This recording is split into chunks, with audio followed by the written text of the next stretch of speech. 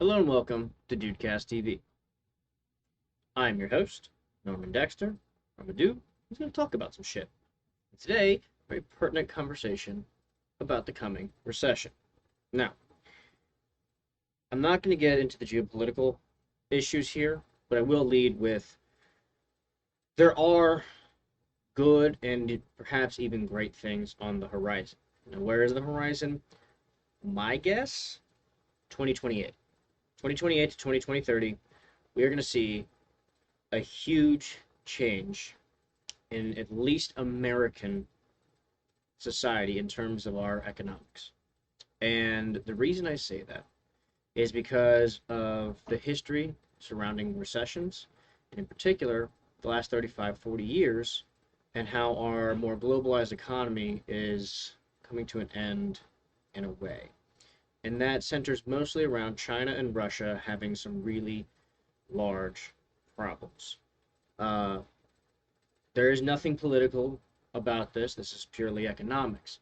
Because Putin is doing what he's doing in Russia and their Ukraine, he has basically made it very difficult for trade and relations between Russia and the rest of the world to happen. Similarly, in China, as they continue to raise tensions in the ways that they do with Taiwan and everything else, and now India is starting to put sanctions against them as well, things are looking kind of iffy in terms of their international trade, but also they are having some severe issues with their population, in that about half of their population is of retirement age and no longer considered able to work. And we have 3 billion people, and half of those people, 1.5-ish billion, are no longer working. You had the one-child rule for decades, and they only have one son, for the most part. They're about 71 to 82%-ish male because of that, in terms of the upcoming generations, due to the one-child rule, because it was expected that the son take up military service and take care of the parents when they grow into retirement. And so, unfortunately, because of that one-child rule, there were a lot of baby girls who were either aborted or just literally thrown into dumpsters. As terrible as that sounds, that's what happened in that culture for many, many years. And so now you have a lot of men who do not have significant others, and you have a lot of men who are made to take care of their retired parents and also trying to find work, and the whole economy is falling apart. In addition, they had a huge fraud investigation where effectively billions of Chinese citizens' dollars disappeared because a financial firm similar to Fidelity or Charles Schwab for us in the US decided to go in and make some deals with some Chinese banks and say, hey, put out these advertisements for this savings account that has 4% interest on your savings, which is an insane amount of interest, and it seems risk-free. That's how it was advertised. Unfortunately, this firm worked with employees, not the bank, worked with employees for fraudulent shifting of those funds. And so what happened is the Chinese people put money into what they thought was a bank account. So if we in the United States lose out on our life savings due to a bank going bankrupt, then we are covered by the FCC by up to $250,000. Okay, that's an insurance for us. Well, the Chinese Communist Party has something very similar, but here's the issue. These employees that firm was working with under this fraudulent activity, instead of putting the money in the bank's accounts, they took the money that people gave them, told them that was put into a bank account, but instead put it into shares of that firm. And so when the firm went belly up, when it got brought these fraudulent charges, what happened was the Chinese Communist Party caught one of the culprits, but the other guy took all 6 billion US dollars worth of Chinese currency and fled the country, they think, to the United States. And he got away with it, and they have no way of returning that money. And this is some people's life savings that they lost. And there is no way for the Chinese Party, the Chinese Communist Party, to actually return them that money, because it wasn't actually in a bank account that was insured. It was in the equivalent of a stock fund. And that's like investing in a business that goes belly up. So people lost their life savings because they were lied to, and that leads to some issues. Since April, those people have not been able to access their funds and are only now figuring out that they're gone. And so protests, riots are erupting all over China, not just in one or two provinces, all over, because people are starting to lose trust in their banks. Here's the issue with that. 7 out of 10 of China's biggest businesses, meaning their 10 top earners, 7 out of 10, banks. Here's the issue. In 2007, 2008, when we had the Great Recession here in the United States, that happened because people got scared and they pulled all their money out. Same thing happened in the Great Depression back in 1929. People got scared and pulled all their money out at once. Well, here's the issue. In both of those, we were operating off of credit. Today, we still operate off of credit. China is no different. So you give somebody in China a bank, you give a bank in China $100. Well, they only have to keep $10 in the account. On paper and digitally, it shows you have your money there. But they can only give you a certain amount if you ask for it. Currently, they can only take out, I think, $150 a week. And it's pretty rough. But what happens is the bank can effectively turn, because of credit, if you give them $100, they can loan out $1,000 using that $100. And so that's what they've been doing now for the last 35, 40 years. Now, when you do that, and 7 of your 10 biggest businesses are doing that, all of a sudden you have several billion people wanting to take their money out of their banks all at once. The bank cannot do that. It doesn't have that money. That's not how credit works. And so there are literal tanks parked outside of banks in China right now to prevent rioting. But we'll see what happens. With their population in decline, with these issues with their fraudulent banking, and everything else going on over there, not to mention they're the world's biggest import in agriculture because they can't feed their own population. We can. We can feed our own population. Hell, we can even provide our own oil. We are a net exporter of oil at this point. And that's very interesting considering our gas prices, but that's getting too far into the weeds. My point is, there is a lot going on in the world. It's not just over here in the United States where we're having issues. Sri Lanka became bankrupt, similar to Greece back in 2007. And there are about 19 other countries that are very close to seeing the same thing that happened to Sri Lanka. This is all happening due to rampant inflation, due to the Federal Reserve here in the United States being basically the bank of the world, raising interest rates, and that's raising rates across the rest of the world, and it's really affecting a lot of people. It's affecting a lot of different countries. And on top of that, the supply chain issues are continuing. COVID is still around. Lockdowns are still happening in places like China. This is why we're starting to see things like here in Ohio, where I live, they are building a $10 billion, B as in boy, $10 billion chip processing facility up in Columbus, Ohio. It's the biggest chip fabrication facility in the world. It's bringing a lot of manufacturing back to the United States. That's why I say, in the coming years, in the immediate future, very hard times, very high inflation, very high gas prices, very high interest rates on houses, very shitty outlooks for the stock market. But by 2026, 7, 8, 9, and 30, things are going to start to turn around because we'll be going back to a more self-sufficient system. Moreover, we just made an amazing deal with Japan, who Donald Trump and Joe Biden amazingly both agreed to this deal. Japan, the third largest economy in the world, and I think the third most used currency, if I'm not mistaken, is now partnered with us, the United States, the largest economy in the world, and the largest currency in the world. China is the second largest economy, and I don't know who the second largest currency is. That might be the euro, if I'm not mistaken. But I'm kind of speaking out of my ass for a lot of this. I know I'm generally speaking in the right direction with most of this stuff, but I don't have the references in front of me, so I apologize. Fact check me if you want, put it in the comments down below. But my point in saying all of this, there's a lot of shit going on. And it's not directly related to it's Biden's fault, it's Trump's fault, it's Republicans and Democrats, blah, blah, blah, blah. It's not that. There's so much more going on, which is why it's so interesting to me, because it's objective. It's economics. And I find that shit fascinating. I'm really into financials. Now, all of that out of the way, This video is not about how to become a stock portfolio millionaire or a real estate mogul. That is not what I'm getting at.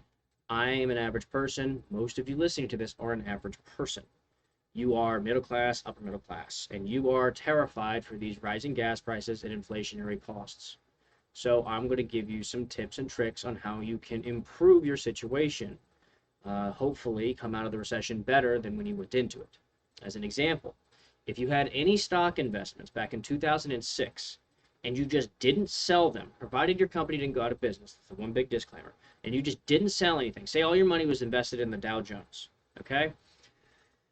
If you just didn't sell, say you had $100,000 in 2006 in the Dow Jones, okay? Near its peak. I think it peaked in 2007 around $6,000 or something like that. If you just didn't sell that up until 2019, 2020, before the pandemic, you would have 6x'd your money. Your $100,000 would have become $600,000 if you just didn't touch it, didn't add anything to it. So if you own stocks, don't sell. If you own a house and you refinanced for a very low rate, stay in that. I have a client. She and her husband, they refinanced in the last 6 to 8 months their home to 1.9% on a 30-year mortgage. That is an incredibly low mortgage. Their payments are so low, it's stupid. Here's the key. If they were to sell their house now, they could get a profit because the housing market's really high right now. But here's the issue. They don't want to do that because then they will have to buy a new expensive house at these current high rates, and it wouldn't be a direct trade. They would be paying so much at the current rates of like 6-7% interest. And so their mortgage is way too high. So here's what I suggested to them. They said, hey, we're already ahead of you. We're doing that. So they are going to keep this house. They're working on it themselves, fixing it up themselves. Not that it's bad, but they're replacing some things, changing some things. And what they're going to do is, as the housing market slowly drops over the next couple of years, they're going to continue to save money because they both have jobs. They're both gainfully employed. They're both making more money than they ever have before because they both worked their asses off to get to where they are. And they're going to stay frugal. So frugal, in fact, she may even stop training with me, which I'm like, hey, I'm all for it. Go for it. That's why we've been recording your exercises, so you can do this shit on your own if you need to. Do what's best for you and your family. I'm here to help no matter what, whether you're paying me or not. So I encouraged her to do this, of course.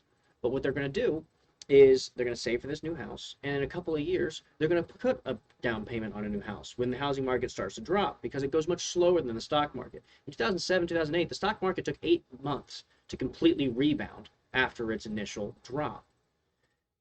2020, we saw the same thing when the initial pandemic hit. It took less than 60 days for the stock market to bounce back. Stock market is very quick. There are trades happening by the millions every second because of the computers that are used. Okay? Stock market bounces back very quickly. The housing market, not so much, because sometimes it takes 30, 60, 90 days just to close on a house. And so when the 2008 Great Recession happened, which the housing bubble popped, and that's a big deal when it comes to the housing market specifically, what happened was you finally saw housing market prices rock bottom out at somewhere around 2012. It took 4 years. It's 2022 right now. That's why I say around 2026, 2028 is when we're going to see things start to pick back up. And that's when the recession will start to feel less painful, in my opinion. I'm just a guy on YouTube talking some shit. If you like what I say, cool, maybe it'll help you. Otherwise, don't listen to me. Do your own research. All right? So, my client and her husband are going to buy a new house sometime in the next year, 2 or 3, when they feel like they've found not only a house that they want, they feel like it fiscally makes sense, and they have enough of a down payment to get there. And then they're going to keep their current house under the current mortgage of 1.9% on a 30-year mortgage, because that payment is so low, they can rent out their current house to somebody, and the rent will be higher than the mortgage they're paying on it. And all of a sudden, they have a passive stream of income and equity in another asset, a physical asset, real estate, and they get to move into their dream home.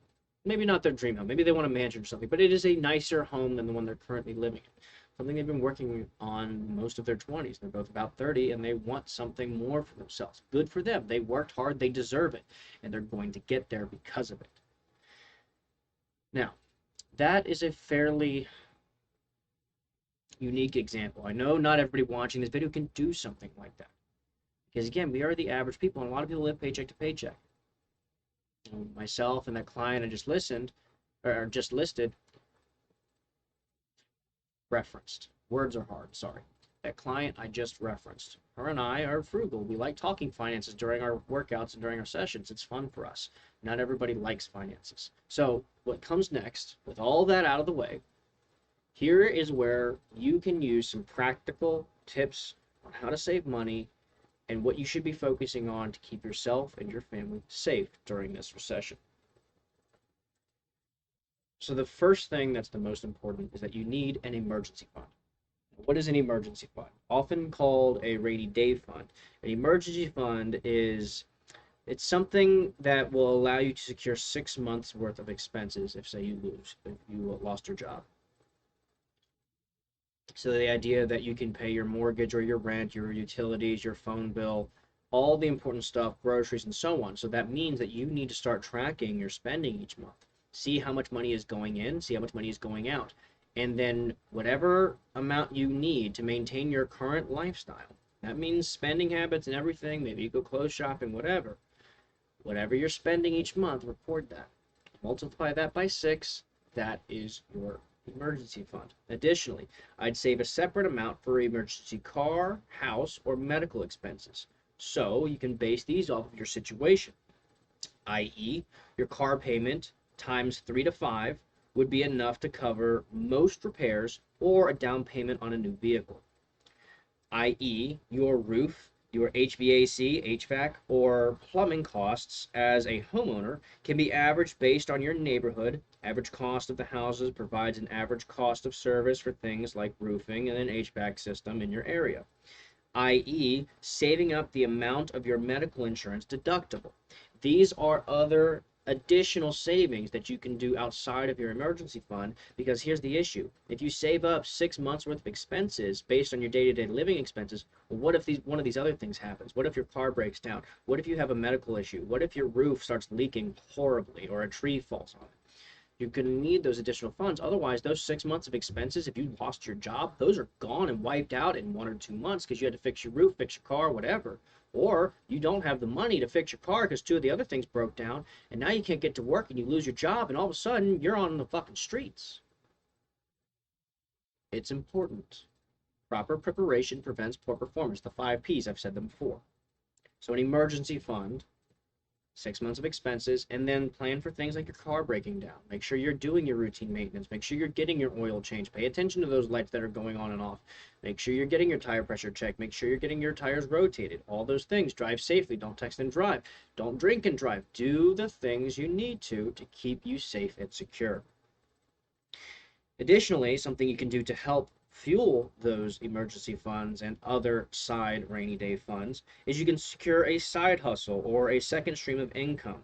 You hear this all the time, but I'm going to give you the practical examples. I'm not going to give you some Gary Vaynerchuk hustle until you die bullshit. Here's what you can do. An extra few $100s a month is enough, and maybe can just be 10 to 20 hours of work a month, not a week, 10 to 20 hours of work a month that you can use to make a little bit of extra money. Use this money to boost your savings and your emergency funds. Pick something easy and preferably enjoyable or beneficial, like mowing your neighbor's yard a few times a month for cardio, good for your health, and for payment. You can charge somebody, depending on their yard, $20 to $50. You do that 3 to 4 times a month, because usually it's about once a week during the summer, depending on rain. Well, you do that, that's an extra $100 to $200 a month. Hey, how about that? That pays for your groceries at least 1 week out of the month. That's great, right? There are other ones too. One that I do consistently to help my father. Now, I personally don't make money off of this, but I barter with my dad. So here's how this works. My dad goes to these liquidation options. They're called bid FTA auctions. There are so many of these, but what most of them are is they are auctions online where it's mostly Amazon returns, where people return things from Amazon that are defective or they basically just didn't want it, and Amazon will not resell it. They'll just auction it off by the pallet. Sometimes they're mystery auctions. Sometimes you know exactly what they are and you can bid against them. A good example is the other day he bought a couple of Olympic weight bars for me. You know, those long bars that you put the plates on. He bought 2 of those for me for $40, and they came with clips and everything. $40. Brand new, those would be about $120 for the 2 of those, maybe more. He got me a bench that retails for about $100. He paid $40 for it, things like that. So you can save money by buying stuff that you need, because I need that stuff for the gym that I'm building. But here's where the arbitrage aspect of it comes into. Arbitrage is just buying and selling things for a profit. So he'll buy things on there. A good example is he will buy a lot of wheelchairs, a lot of walkers, and a lot of those special toilet attachments for older people or handicapped people to help them use the handles to get down and up off the toilet or maybe get into a shower. He'll buy them for 50 cents, $1.50, $3, and then sell them for 50, 75, $100, depending on the quality and whether or not it's used or new. Now there's some risk because sometimes they come back and the things are busted and broken and they're missing pieces and he can't get them, but he'll get refunded and that's fine. But then sometimes he'll take it home and find, oh damn it, there was something missing and now this is useless to me. But he'll keep it and he'll either sell it as scrap or he'll keep the pieces in case he buys another one and then one of the pieces matches up for something else he buys in the future. And so what I do to help him with this, he'll post them on Craigslist, but he doesn't have a Facebook, so I'll post them on my Facebook marketplace. He does the same thing with like Fitbits. Fitbits are fairly expensive, but if you find used ones, you can sell them on Facebook marketplace and Craigslist for 25, 35, 40, 50 bucks when he bought them for $1 or $2 a piece. And all of a sudden you're making a little bit extra money. Now, I don't get money from this. Instead, what I have done is I will sell these things for him, and rather than asking for something in return, when my mother goes to the store, be it Costco, Sam's Club, Kroger, Aldi's, Meijer, wherever, to get groceries, they're like, hey, can you pick up ABC for me while you're there? Saves me gas, saves me time. She buys everything in bulk, uses coupons, uses gift cards, and then she can do all of that, bring it home where they have more storage space in a fridge and freezer than I do, and then I can effectively go grocery shopping at their house. And so for selling that stuff for my dad, rather than asking for money, my mom will just buy a little bit extra in groceries, and then I'll just pick it up at their house. Rather than me spending money myself on the groceries, my parents just kind of buy in bulk, and I get to take from them, and I'm bartering my services of selling those things for my dad in exchange for groceries. In addition, we do gas. We all use the same Kroger Plus points. We all use the same Kroger Plus account. And so whenever we need gas, we max out the 35 gallons that we can get. 35 gallons is the max. And we additionally always get quadruple the points by buying gift cards to places that we normally shop, restaurants we normally eat at. And so we always max out the points, and we always get $1.25 off on our gas. We always go together, and we always bring extra gas cans. That way we can fill up my car, we can fill up one of their cars, and we can fill up any additional gas cans we may have brought with us up to 35 gallons. So we save money there also, and that's a part of my bartering system so that I technically don't pay for my gas. I sell these items from my dad, which makes me look like a crackhead, like I'm selling meth and doing all kinds of other bullshit on Facebook Marketplace because I'm selling all these used goods. However, it's a good way for my dad, something to do that he really enjoys, something he'll probably continue to do going into retirement in the next year or two, but also he makes money. And it's something that he and I can do together. It's kind of fun. It's kind of nice. It's a good interaction between he and I. And so it works out, and it's nice. It's a good system that we have created. But that's also technically a side hustle. Now, you don't have to go to these auctions if you don't want to do that, if you don't feel comfortable doing that. But what you could do is you could buy things on Facebook Marketplace. You could buy things on eBay. You could buy things on Amazon and buy things on Craigslist and then just turn around and sell them again, just at a slight markup. Now, that's harder to do because you're not guaranteed to buy it. Because if you bought it from somebody on Facebook Marketplace, well, odds are somebody else is selling the same thing somewhere else near you. And so if that happens, you're going to have a harder time making money. But it is a little bit easier to do than going into these auctions and picking it up and so on. But that's another example. Arbitrage, buying and selling goods at a slight profit. Next, buy in bulk. Buy frozen and non-perishable goods that won't go bad for a long period of time, and use coupons. A 50-pound bag of rice can last a year or more and cost $50 to $100, depending on the brand that you get. Potatoes, eggs, dried beans, and canned goods like tuna, fruit, and vegetables. Great ways to get a bunch of food, buy it in bulk, and it's usually pretty cheap. Use Kroger Plus points for the gas, like I mentioned earlier. Buy the gift cards for places that you frequent to max out the points. Gift cards give 4 times the points for your Kroger Plus points. Max them out, get your $1.25 off your gas per gallon. Carpool with people and take people with you to go get the gas so you all can help each other. Maybe they'll do the same for you, or maybe even share a broader account with your friends, your family, and so on, like I mentioned earlier that I do with my family, so you can easier max those points out and get that money off your gas. And then, like I said, the Facebook Marketplace and Craigslist for buying and selling goods. Now, those are the easiest examples. The next ones, these delve into the realms of sacrificing your day-to-day luxury items. So, for instance, cut down on packaged goods like bottled water and invest in things like a Brita filter. That way you could just use the tap or just drink from the tap. I just drink from the tap. I don't need a Brita filter. I don't live in Flint, Michigan. I want the minerals in the water. It's fine. Cut down on monthly subscriptions such as streaming services, cable, gym, and yoga memberships, and replace them with cheaper alternatives. So, for example, you can pirate all of your movies. It's not hard. With current spyware, it's pretty easy to not get a virus on your computer, or I'm sure most people listening to this have an old tablet, an old iPod, or an old computer, or our laptop that they aren't using, that you don't care if it gets a virus. Fuck it. Use that thing, HDMI it up to your TV, and then type in free shit, where do I find it? You get a virus? Who gives a fuck? It's a bullshit computer. It's a bullshit device. Whatever. Dust off the old pirate hat, argy mateys, and then just pirate your movies rather than watch them on Netflix, Hulu, Amazon Prime, and so on. If you do that, you'll save that money each month. Another one, you can watch YouTube and listen to Spotify with ads. Yes, I know it's very hard to go back to that once you haven't been using that for a long time. But the thing is, these companies are starting to break down on people that are sharing their links for free. And so you're going to lose that someday anyway if you're already bumming it. I'm getting ready for it because I bum all of my streaming platforms from people, and I'm getting ready to lose those. That's fine. I have accepted it. I will find other things to do. And then you can work out at home or go to a cheaper gym. So say you go to Lifetime Fitness and it's $80 a month. Go to Planet Fitness, it's $10 a month. Or if you don't do weight training and you just use your body, you cardio, you can just go for runs, go for walks, do things at home, and look on YouTube for yoga videos or aerobics videos or calisthenic videos that you can do at home. That's another way to save money. And then you can also use YouTube to do everything I just mentioned. You can find entertainment for free. You can do your workouts and learn new workouts, learn new yoga for free.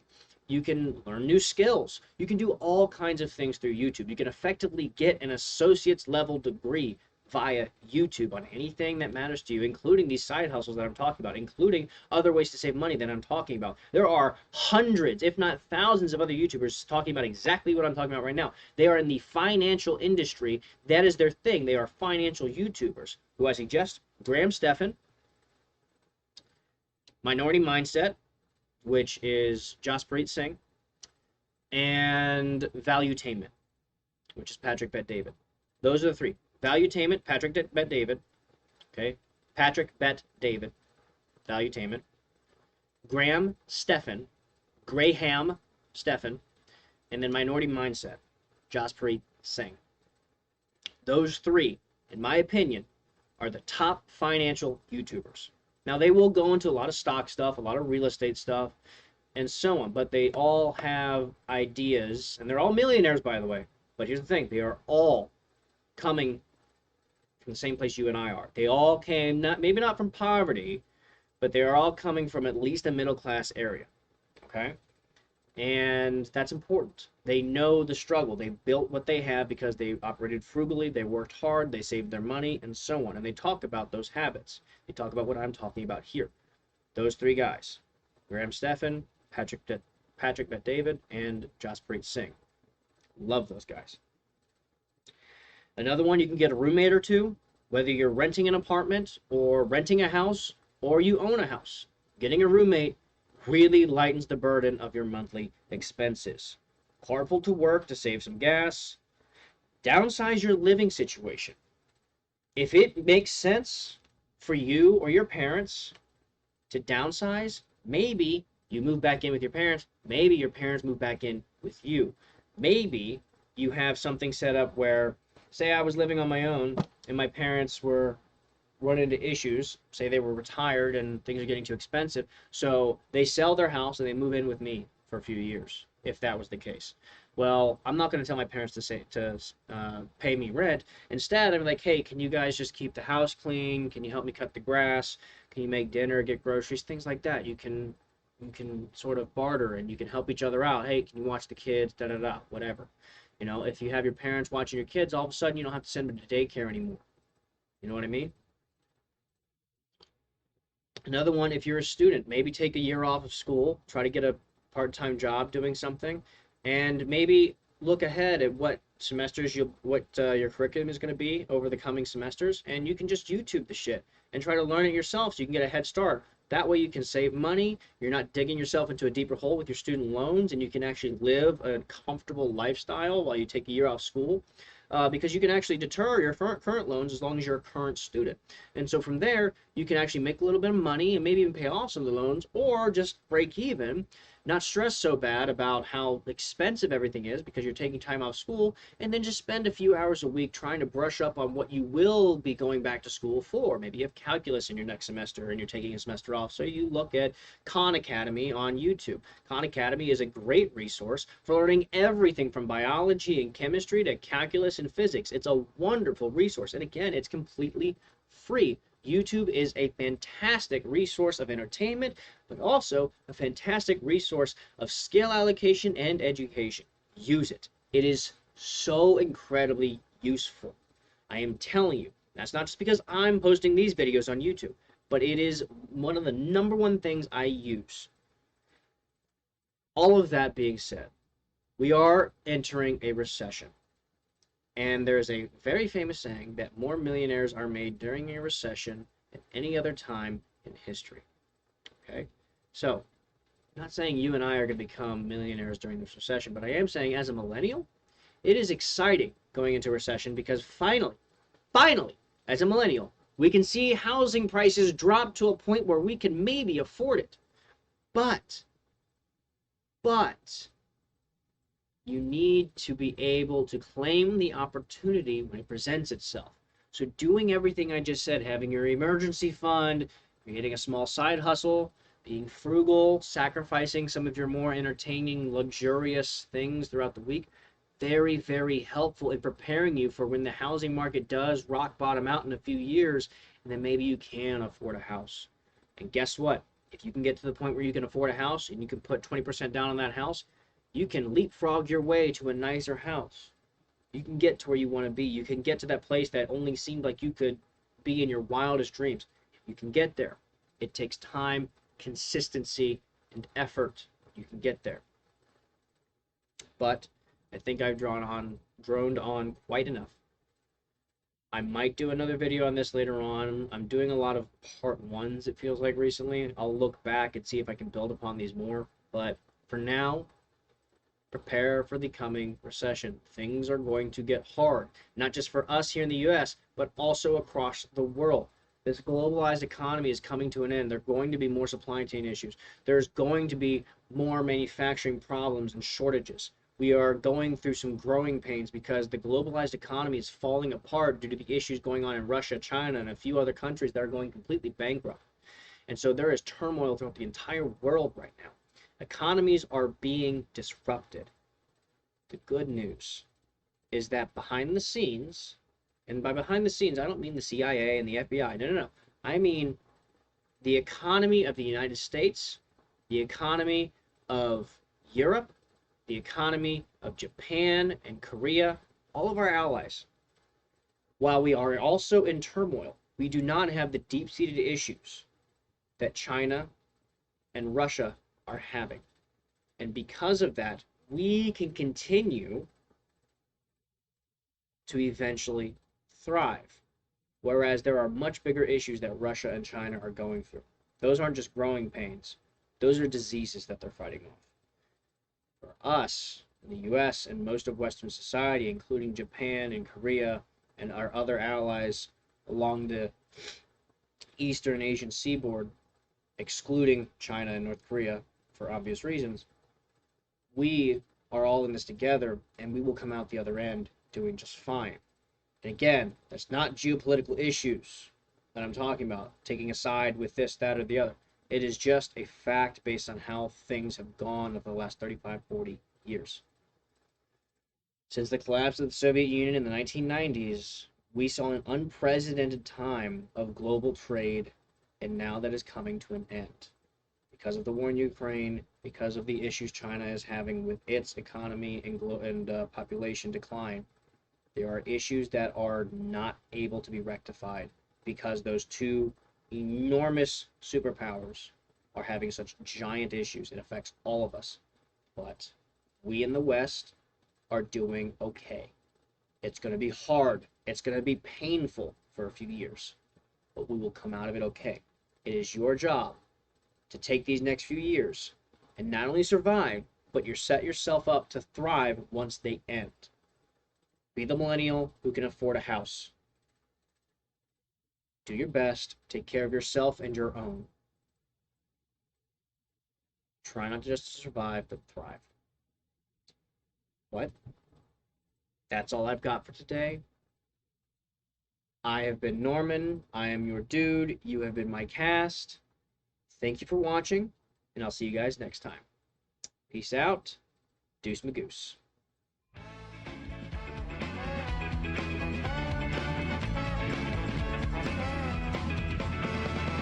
It's time to put our times behind. Get off the bad things off your mind. He's feeling good, she's feeling good, we're feeling good, yeah. Just hanging out, just having fun, we're number one. Just hanging out, just having fun.